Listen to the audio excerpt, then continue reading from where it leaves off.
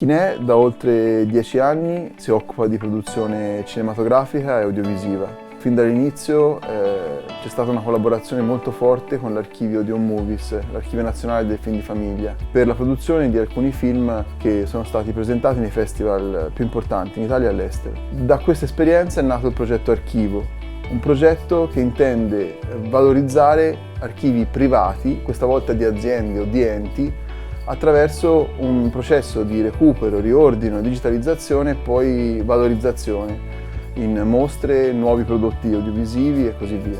In questa attività già abbiamo realizzato operazioni molto interessanti e molto importanti come un allestimento museale per i 95 anni di GD, una delle industrie leader nel packaging, che qua a Bologna, parte del gruppo Coesia.